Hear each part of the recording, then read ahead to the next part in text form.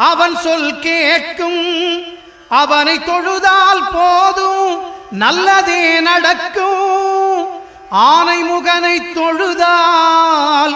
நவக்கிரகங்களும் மகிழும் நல்லதே நடக்கும் நல்லதே நடக்கும்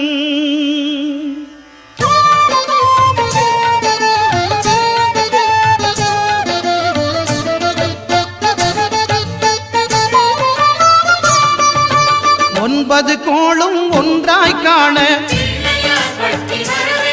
அங்கு கற்பகம் என்னும் கடவுளின் மெய்யில் ஒன்பது கோளும் ஒன்றாய் காண